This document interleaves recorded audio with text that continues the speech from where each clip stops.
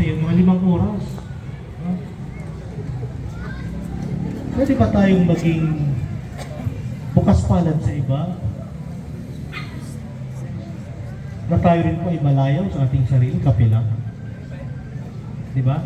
Can we be generous to others as we are luxurious to ourselves?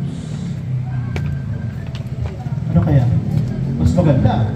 Mas maganda kung hindi ka nalang magkakape, na ganun kamahal. Tapos na ibigang bagay po ito, mga kapatid ko. Magandang bagay.